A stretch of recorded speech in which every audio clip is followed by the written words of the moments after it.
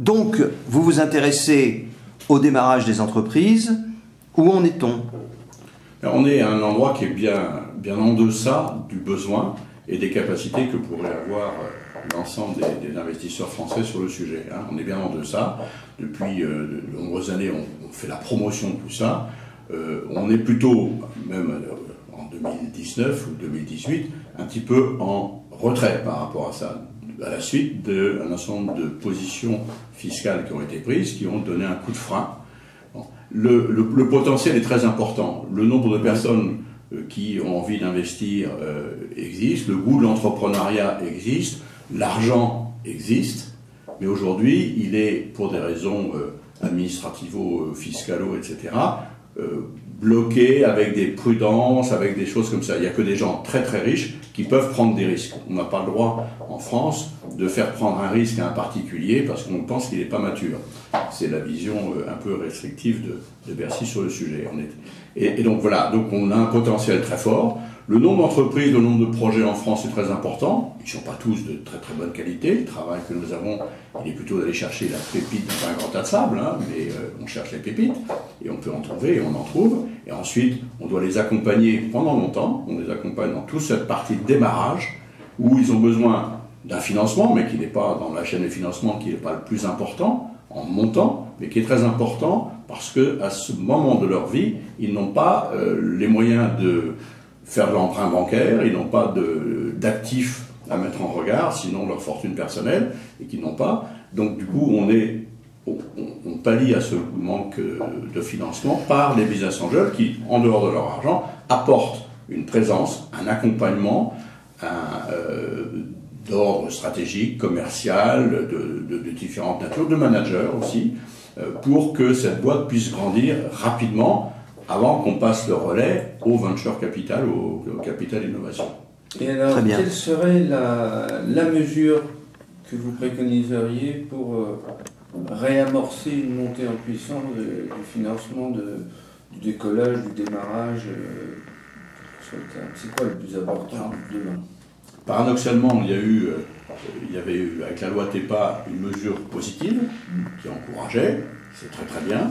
Il y a eu une régression progressive de la loi TEPA et puis ensuite suppression de l'USF. Certains le regrettent, d'autres ne le regrettent pas, qui finalement a désamorcé.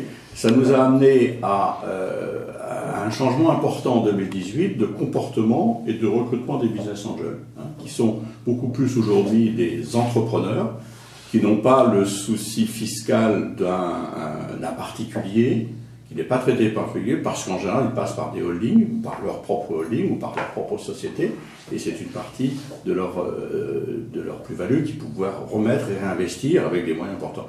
Mais ils sont nettement en deçà de ce qui se fait dans les pays voisins, que ce soit la Grande-Bretagne, que ce soit la Belgique, que ce soit l'Allemagne, l'Italie ou l'Espagne, où on considère normal de prendre un risque et que ce risque soit accompagné par un certain filet de sécurité par l'État. Ce qui a été pris important, c'est effectivement la flat tax. Ça, c'est le point positif. Mais sinon, je dirais qu'on n'a pas aucun encouragement de la part du gouvernement sur ce sujet-là, alors que, comme j'ai dit tout à l'heure dans l'introduction, alors qu'on est le seul organisme non intermédiaire qui permet qu'un particulier entrepreneur individuel retraité puisse mettre une partie de son patrimoine, prendre les risques, assumer ces risques en accompagnement à l'entreprise et contribuer à la croissance, sachant que plus vite le relais est pris par le capital innovation, mieux la boîte se porte. Bien, mais alors, mesures pratiques, défiscalisation avec niche fiscale niche fiscale, ça se porte mal. Le terme est mal vu aujourd'hui. Ça se porte mal. Oui, c'est ce qui a marché. C'est ce qui fait que ça marche en Angleterre, c'est ce qui fait que ça marche en Allemagne. C'est un crédit d'impôt important pour ceux qui prennent des risques. Oui. Et aux États-Unis. Et aux États-Unis, bien évidemment, mais on va d'abord parler de l'Europe. Voilà. Bon, ce point-là, mais je sais qu'il n'est pas tout à fait d'actualité, même si les gens, les Gilets jaunes réclament de payer tous l'ISF. Mais ça, c'est pas à garder. Bon. That's it. On va s'arrêter là. Bon, très bien, merci. Non, on peut peut-être rajouter une autre mesure. Ouais. D'autres mesures qui ne sont pas directement liées au business angel, dont on a compris qu'ils avaient un rôle bien particulier, mais qui peuvent être moteurs pour attirer d'autres personnes. Pouvez-vous nous citer d'autres mesures?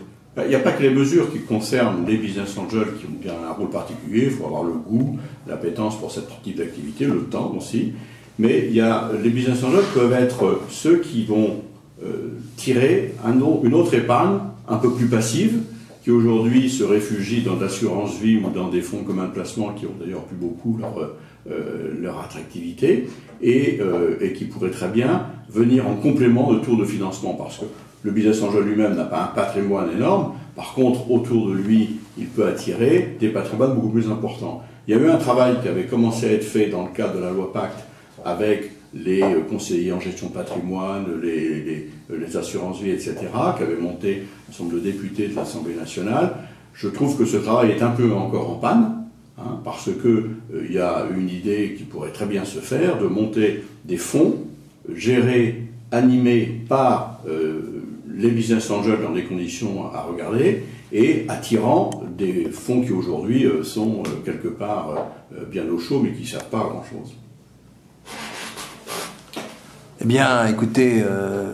D'ailleurs, nous avons, juste comme pour compléter, nous faisons cette expérience-là à petite échelle. Nous contribuons à des fonds qui sont dédiés à l'innovation, et spécialement d'ailleurs à un peu ce qu'on appelle la deep tech, très en amont, pour pouvoir tirer cet argent-là. Bon, mais il faudrait faire ça à grande échelle, et ça, c'est, je dirais, il y a quelques réglementations à modifier du côté des gestionnaires en patrimoine et de l'assurance vie qui pourraient débloquer des sommes très importantes.